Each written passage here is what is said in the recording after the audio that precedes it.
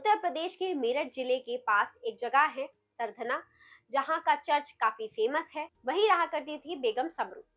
आज के दौर में सरधना की बेगम समरू को उनके बनवाए चर्च के लिए सबसे अधिक याद किया जाता है। बहुत से लोग उन्हें नर्तकी मानते हैं, जिसने अपनी अदाओं से एक गोरे अधिकारी रेनहार्ट सोब्रे उर्फ समरू को मोह लिया और उसकी मौत के बाद एक बड़ी जागीर की मालकिन बन गई।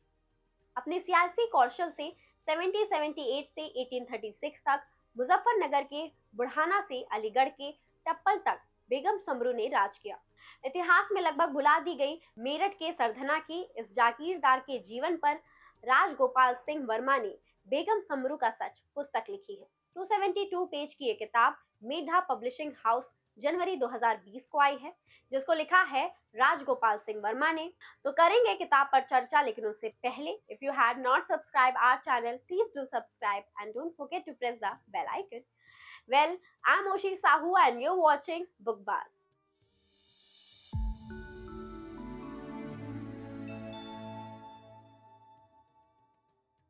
इतिहास पढ़ना कहाँ हर किसी को पसंद आता है। जरा सी देर में बोरियत होने लगती है और पल के बोझिल।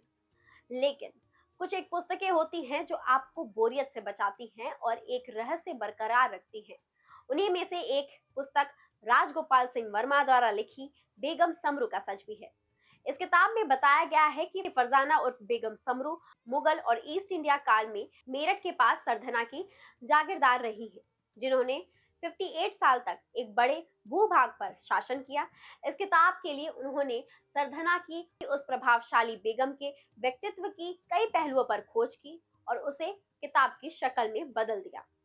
बेगम समरू को कोई लावारिस भी कह देता, जिनके खानदान का ठीक से कुछ अता पता नहीं था।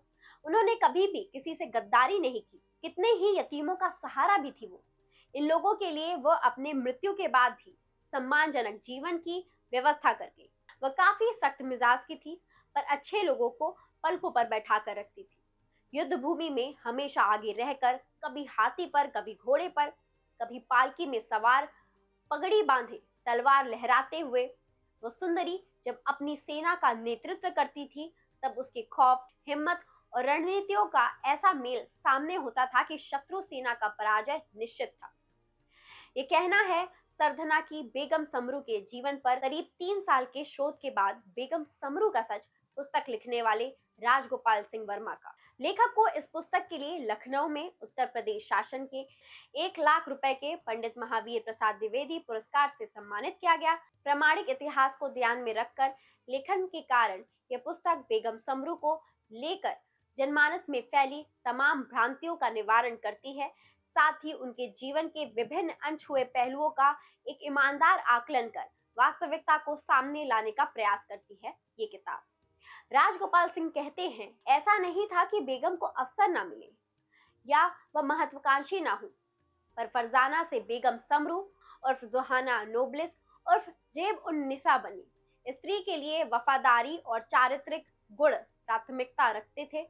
जब उसे कमजोर होती दिल्ली सल्तनत पर राज करने की पेशकश तश्तरी में सजा कर दी गई, तो वह तो ठुकराई ही, उल्टे उस आक्रांता के धूर्त इरादों से मुगल सल्तनत की डट के बेगम ने रक्षा भी की। राजगोपाल सिंह वर्मा ने बताया कि उन्होंने अपने शोध में पाया कि सन 1751 में जन्मी फरजाना ने अनेक धर्मार्थ और सामाजिक कार्य किए।